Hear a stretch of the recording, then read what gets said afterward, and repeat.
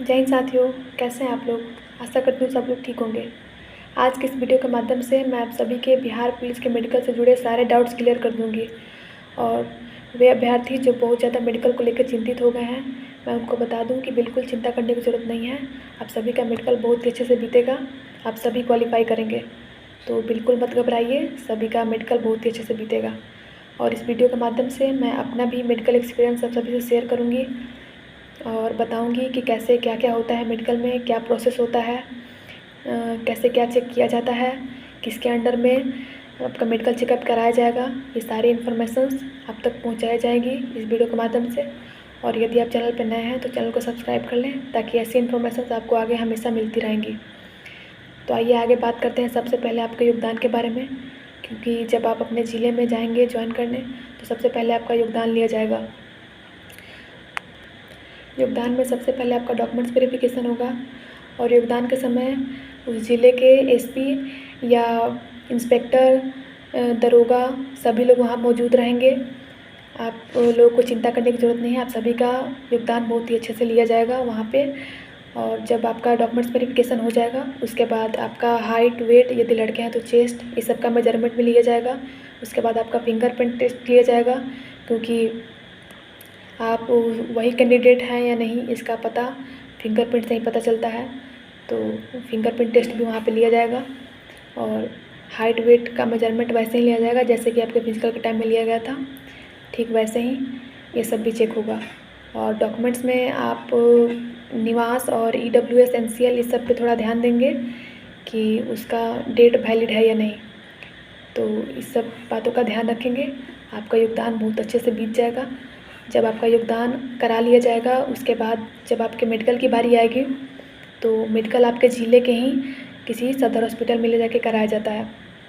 तो जब आपको मेडिकल के लिए ले जाया जाएगा और मेडिकल का प्रोसेस शुरू होगा तो उसमें सबसे पहले आपके आँख का टेस्ट लिया जाएगा। आँख के टेस्ट के लिए आपको एक रूम में ले जाएंगे और रूम में एक बोर्ड लगा होगा और बोर्ड पे कुछ लेटर्स लिखे होंगे। उस लेटर्स को आपको पढ़ के बताना होता है। तो इस प्रकार आपके आँख के दूरी का पता चलता है। वैसे दूरी 6x6 का रिक्वायर्ड है, लेकिन कम भी हो तो चलता है, तो इसके लिए फ़िक्र करने की ज़रूरत नहीं है। उसके बाद आपके कलर ब्लाइंडनेस का चेक होता है। कलर ब्लाइंडनेस में आपको एक कॉपी दी जाती है। उस कॉपी में कलरफुल सर्कल होता है जिसमें लेटर्स छिपे होते हैं। उस लेटर्स को पढ़ के बताना होता है आपको। तो इस प्रकार आपका कलर ब्लाइंडनेस भी चेक हो जाता है। ज़्यादातर कलर ब्लाइंडनेस महिलाओं में पाई जाती हैं, पुरुषों में कम पाई जाती हैं। तो कलर ब्लाइंडनेस के बाद का प्रोसेस बताते हैं आपको। जब कलर ब्लाइंडनेस चेक हो जाएगा उसके बाद आगे जाएंगे तो आपका BP का टेस्ट होता है। तो ब्लड प्रेशर भी सबका नॉर्मल ही बताया जाता है, उसमें भी कोई दिक्कत नहीं होता है। उसके बाद बारी आती है, इसमें सबसे ज़्यादा दिक्कत होता है सभी अभ्यर्थियों को, इसमें थोड़ा ध्यान देने की ज़रूरत है। सबसे आपका इम्पोर्टेंट चीज़ होता है आपका नौकनी और फ्लैट फुट। इसमें बहुत सारे अभ्यर्थी को री मेडिकल कर लिया जाता है, क्योंकि वे लोग पहले से इस पर ध्यान नहीं दिए होते हैं। तो आपका नौकनी है या नहीं ये कैसे पता चलेगा, इसके लिए आप अपने दोनों हील्स को सटा के और जब आप उठक बैठक करेंगे तो यदि आपके घुटनों में टचिंग होता है या आपके घुटने टच करते हैं जब आप उठते बैठते हैं तो इसका मतलब समझ जाइए कि आपको नौकनी का प्रॉब्लम है। तो इसका भी चेकअप किया जाता है वहाँ पे। जब नौकनी चेक कर लिया जाता है उसके बाद बारी आती है फ्लैट फुट की। आपका फ्लैट फुट आपके पैर में है या नहीं ये पता करने के लिए वो लोग आपके पैर को पानी में डाल देते हैं, पानी में भिगो के, और उसके बाद आपको एक सूखे ज़मीन पे आपका पैर रखा जाता है। वहाँ से पता चलता है, यदि आपका पूरा तलवा ज़मीन में सट जाता है इसका मतलब है कि आपको फ्लैट फुट का प्रॉब्लम है। और यदि आपके तलवे के बीच में गैपिंग होता है तो इसका मतलब है कि आपका पैर नॉर्मल है। तो इस प्रकार फ्लैट फुट और नौकनी का चेकअप कर लिया जाता है। उसके बाद हमारे कान का चेकअप किया जाता है। तो कान के अंदर की झिल्ली को टॉर्च जला के वो सब चेक करते हैं कि कान के झिल्ली में कोई छेद तो नहीं है या कान में कोई और प्रॉब्लम तो नहीं है। तो इसके लिए आप अपने किसी भी नज़दीकी कान के स्पेशलिस्ट से आप अपना कान जाके साफ़ करवा लेंगे पहले ही। या चेकअप करवा लेंगे कि कान में कोई दिक्कत तो नहीं है, कि आगे वहाँ मेडिकल में कोई दिक्कत ना हो। तो कान का चेकअप भी नॉर्मल है, वो भी अच्छे से हो जाएगा। उसके बाद आपके नाक का चेकअप किया जाता है। नाक में भी थोड़ा बहुत वहाँ टॉर्च बार के अंदर देखते हैं या नहीं भी देखते हैं। उसके बाद आपके दांतों को देखा जाता है। दांत कम से कम 28 होने चाहिए, या दांत में कोई कैविटी नहीं होना चाहिए।